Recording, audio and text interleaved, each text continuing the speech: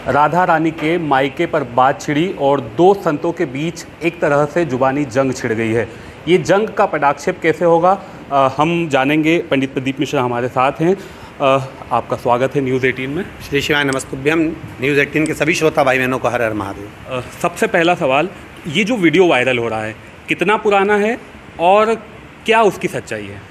देखिए, कमलापुर महाराष्ट्र में ये कथा करी गई थी और 14 वर्ष पहले का वीडियो है लगभग, और उस वीडियो के क्लिप को काट कर छेद कर उसको छोटा करा गया।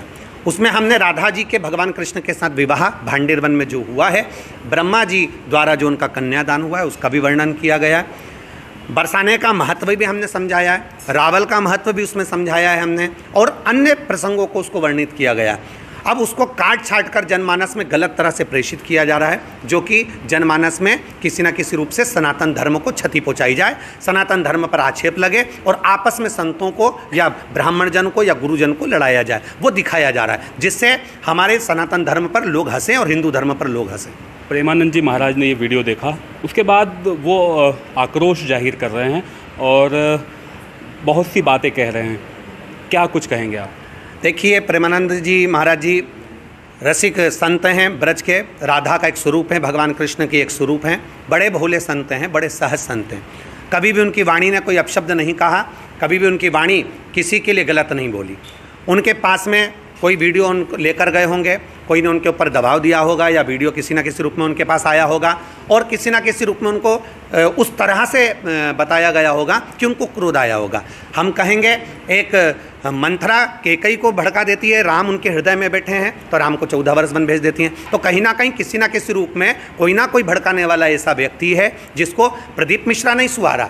और संत तो संत है, उनको सहजता, उनके हृदय में तो पाप है नहीं, वो तो इस चीज़ को जानते नहीं है कि कौन के अंदर क्या चल रहा है। उसके हृदय में कहीं ना कहीं कुछ कपट होगा, उन्होंने जाकर इनको भड़काया होगा और इनको अपशब्द कहे होंगे कि ये देखिए प्रदीप मिश्रा ने ऐसा बोल दिया, या प्रदीप मिश्रा ने वैसा बोल दिया, या इस क्लिप में ऐसा बोल दिया। नहीं तो इतने भोले संत हैं, इतने सरल संत हैं, वो कभी भी ऐसा शब्द नहीं बोलते। वो तो उनके पास में जो वीडियो दिखाने वाला व्यक्ति गया है उसने उनको किसी न किसी तरह से गलत तरह से प्रेषित कर कर उनको बताया है। और मैं निवेदन करूंगा, वो तो परम पूज्य संत हैं और इस जीव से अगर गलती हुई होगी तो उनके चरणों में दंडवत है, प्रणाम है, साष्टांग है। आपने राम जी की बात कही, राम जी का मंदिर बना और सनातन की जो धर्म ध्वजा है वो कहीं ना कहीं लहरा रही है। तो एक ये समय आया है जब उत्तर प्रदेश मथुरा की बात हो, वहाँ आपके खिलाफ मामला पुलिस तक पहुँच गया है, उसको लेकर क्या कुछ? देखिए, ये तो सब सनातन विरोधी हैं, विधर्मी हैं, जो कहीं ना कहीं किसी न किसी तरह से गलत चीज़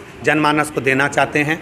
हम तो कहते हैं जो इस चीज़ का आंदोलन कर रहे हैं या इस चीज़ का अपशब्द कर रहे हैं या कुछ भी अपशब्द बोल रहे हैं, जब रामायण को आग लगाई दी गई, जब रामायण को फाड़ दिया गया, उनके पृष्ठों को फाड़ दिया गया, तब कहाँ चले गए थे? नए नए वीडियो सामने आते हैं, कोई हनुमान जी पर लात रख रहा है, कोई देवी देवता को गाली दे रहा है, उस समय तुम कहाँ चले गए थे? केवल एक ये लड़ाई राधा रानी की नहीं है, ये केवल प्रदीप मिश्रा या शिव महापुराण जो ऊपर जा रही है, लोग उसको फॉलो कर रहे हैं। पूरी बहनें, मेरी जीजियाँ, मेरे बच्चे शिव मंदिर जा रहे हैं। ये लड़ाई उनको रोकने के लिए, सनातन धर्म कैसे विकसित हो रहा है, सनातन धर्म कैसे आगे बढ़ रहा है, इसको कैसे रोका जाए, ये लड़ाई उसकी है। ये राधा रानी की लड़ाई नहीं है। ये राधा रानी के पर्दे के पीछे जो विधर्मी छुपे हुए हैं, ये इसको आगे लाकर उसको लड़ा रहे हैं।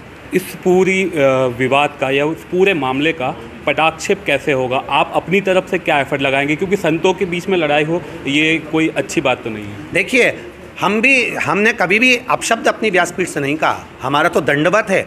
ब्रजवासी मेरे जीवन है, ब्रजवासी मेरे प्राण है, ब्रज की रज उसमें खेल कर बड़ा हुआ हूँ। राधा रानी तो मेरा सर्वस्व है। मेरे सीहोर में कभी आकर देखेंगे तो राधा नाम तो जब हमेशा चलता रहता है। राधा रानी के चरणों को दंडवत करता हूँ, प्रणाम करता हूँ। ब्रजवासियों के चरणों को दंडवत प्रणाम करता हूँ। मेरी वाणी से, मेरे शब्द से, मेरी व्यासपीठ से अगर कहने में गलती हुई हो या आपको ऐसा लगा हो कि आपने ये शब्द गलत कह दिया, तो मैं राधा रानी के चरणों को भी दंडवत करता हूँ और ब्रजवासियों के चरणों को भी दंडवत करता हूँ। पर निश्चितता है आपके हृदय में कहीं ना कहीं किसी न किसी ने गलत विचारों को भरा है। उसके लिए निवेदन करूंगा कि माता राधा रानी सबके हृदय में भक्ति का संचार करें और सब जीवों का कल्याण करें। पटाक्षेप कैसे होगा? आप जाएंगे? देखिए, समय के अनुसार अभी कथाएं रेगुलर हैं, लगभग 4 से 5 महीने तक कथा के बीच में कोई गैप नहीं है, 1-2 दिन का भी गैप नहीं है। तो अभी तो मेरा जाना नहीं होगा, पर यहाँ से मेरी राधा रानी के चरणों को दंडवत करता हूँ, प्रणाम करता हूँ, ब्रजवासियों को चरणों को प्रणाम करता हूँ, नमन करता हूँ।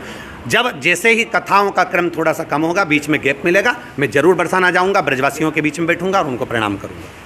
पंडित प्रदीप मिश्रा जी, जिन्होंने बहुत ही सीधे सरल शब्दों में ये कहा है कि उन्होंने किसी के मन को ठेस पहुंचाने के लिए कोई बात नहीं कही। उन्होंने जो भी कहा वो कहीं ना कहीं संदर्भ में है और वो संदर्भ उनके पास प्रमाण के रूप में है। हालांकि उनका ये भी कहना है कि ये जो पूरे मामले का पटाक्षेप है ये मिलकर करेंगे, कथाएं लगातार है, लेकिन जब भी उन्हें समय मिलेगा इस पूरे मामले को पटाक्षेप करेंगे। फिलहाल वो व्यासपीठ से और न्यूज़ 18 के माध्यम से यही कह रहे हैं कि ऐसा कोई विवाद आगे न बढ़ाया जाए। अमित जायसवाल, न्यूज़ 18, खंडवा।